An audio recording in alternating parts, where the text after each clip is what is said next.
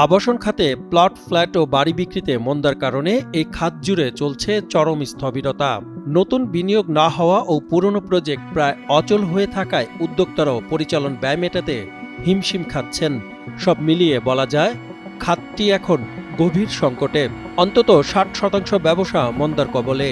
এর ধাক্কা এসে লেগেছে আবাসন খাতের জড়িত রড, সিমেন্ট সহ অন্তত ২৫০ উপখাতেও। বিপুল কর্মসংস্থানের এই খাতের শ্রমিকের জীবনযাপনও পড়েছে হুমকির মুখে। দেশ জুড়ে তোলপাড় ওয়ালটন ফ্রিজ কিনে আপনিও হয়ে যেতে পারেন মিলেনিয়ার। এ শিল্পের সঙ্গে জড়িত উদ্যোক্তাদের সঙ্গে কথা বলে জানা যায়, অর্থনীতির অন্যতম প্রধান এই খাতটিতে এখন নীরব মন্দা চলছে। সরকারের নীতি নির্ধারকদের মনোযোগের বাইরে চলে যাওয়া বড় বিনিয়োগের এই খাতটি ২০২৩ অর্থ বছরেও বাংলাদেশের জিডিপিতে প্রায় ৮% মতো অবদান রেখেছিল। এ খাতে বিনিয়োগ ১.৫ লাখ কোটি টাকারও বেশি। তাই এর চাঙ্গা ভাব ফেরাতে অবিলম্বে ড্যাব সংশোধন সহ বেশ কিছু পদক্ষেপ নেওয়া জরুরি বলে মনে করছেন বিশেষজ্ঞরা।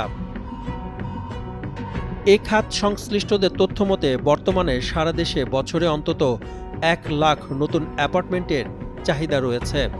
আবাসন খাতেরও সক্ষমতা রয়েছে এই চাহিদা পূরণের। তবে এখনও ব্যবসা মন্দার কারণে উদ্যোক্তারা মাত্র ৮% অ্যাপার্টমেন্টের চাহিদা পূরণ করতে পারছেন। ফলে চাহিদার তুলনায় সরবরাহের একটি বড় ধরনের ঘাটতি রয়ে গেছে। এর পেছনে মূল কারণ হচ্ছে ক্রেতাদের সক্ষমতা নেই। এর জন্য মূলত নতুন ফ্ল্যাটের উচ্চ মূল্য ও নিবন্ধন ব্যয়, ব্যাংকের উচ্চ সুদের পাশাপাশি অতিমাত্রায় ভ্যাট ট্যাক্সও দায়ী বলে মনে করেন খাত সংশ্লিষ্টরা। দেশে রাজনৈতিক পট পরিবর্তনে অনেক ব্যবসায়ী ও রাজনীতিবিদ আত্মগোপনে থাকায় এ খাতে বিনিয়োগ উল্লেখযোগ্য হারে কমেছে বলে মনে করছেন আবাসন খাতের উদ্যোক্তারা। অন্যদিকে অন্তর্বর্তী সরকার দায়িত্ব নেয়ার পর আবাসনে অপ্রদর্শিত অর্থ বিনিয়োগের সুযোগও বন্ধ। ফলে আগে যারা বড় আকারে ফ্ল্যাট কিনতেন তারা এখন নেই। উল্টো তারাই এখন নিজেদের সম্পদ বিক্রিতে নেমেছেন।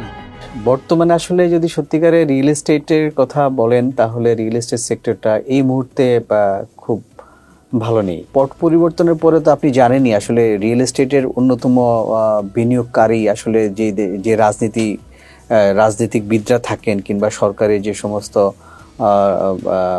সরকারের ইয়েতে থাকেন, নেতৃস্থানীয় লোকজন থাকেন, আমলারা থাকেন, তারাই বিনিয়োগ করেন মূলত প্রদর্শিত এবং অপ্রদর্শিত দুইটাই অর্থই।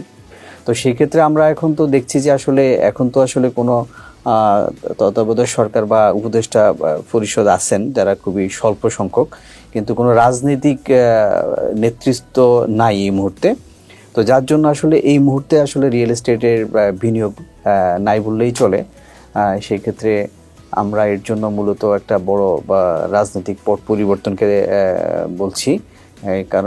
কারণ রাজনীতিকবিদদের অনেক অর্থই কিন্তু তারা আসলে রিয়েল এস্টেটে বিনিয়োগ করে থাকতেন। তো সেই জায়গা থেকে আমরা এখন সেটা বঞ্চিত। পাশাপাশি হচ্ছে যে অনেক আমলা যারা তাদের বিনিয়োগকৃত টাকা এখানে বিনিয়োগ করতেন, সেই জায়গাটাও আমরা এখন এই মুহূর্তে পাচ্ছি না। কারণ আসলে দেশে একটা সংকটাপন্ন অবস্থায় আছে। সেই সংকটটা কবে উত্তরণ হবে আমরা জানি না। এই জন্য রিয়েল এস্টেটকে আসলে আমরা বলবো যে সমন্বিত উদ্যোগ নিয়ে এই সেক্টরটাকে বাঁচাতে হবে। ড্যাপের কারণে ব্যবসায় মন্দা জানিয়ে তিনি বলেন, নতুন ড্যাপের কারণে ২০২৩ সাল থেকেই আবাসন খাত মন্দা। রিয়েল এস্টেট নিয়ে আসলে সেইভাবে সময় দিচ্ছেন কিংবা সেইভাবে তারা চিন্তা করছেন বলে আমার মনে হয় না। কারণ আমরা ড্যাপ নিয়ে দীর্ঘ সময় আমরা তাদের কাছে আমাদের রিহ্যাব থেকে কিংবা আমাদের রিয়েল এস্টেট অন্যান্য সংস্থা থেকে তাদের কাছে বারবার চাওয়া হচ্ছিল, কিন্তু এখন পর্যন্ত সংশোধিত ড্যাপ বাস্তবায়ন হয় নাই। আমার মনে হয় এই সেক্টরে যদি সরকার একটু উদ্যোগ নেয় কিংবা এই সেক্টরটার প্রতি দৃষ্টি দেন তাহলে আমার মনে হয় সেক্টর থেকে জিডিপির পরিমাণ 10 থেকে 12% পর্যন্ত বৃদ্ধি করা সম্ভব। আবাসন খাতের সঙ্গে জড়িতদের দাবি, নতুন করে এই খাতের মন্দা কাটাতে আসছে বাজেটে বিনা শর্তে নির্দিষ্ট সময়ের জন্য ফ্ল্যাট, প্লট বা জমি কিনতে সুযোগ রাখবে সরকার। পাশাপাশি এই খাতে বিনিয়োগ বাড়াতে বিভিন্ন কার্যকরী পদক্ষেপ নেবে সরকার। সাদমান সাকিব, কালের কণ্ঠ।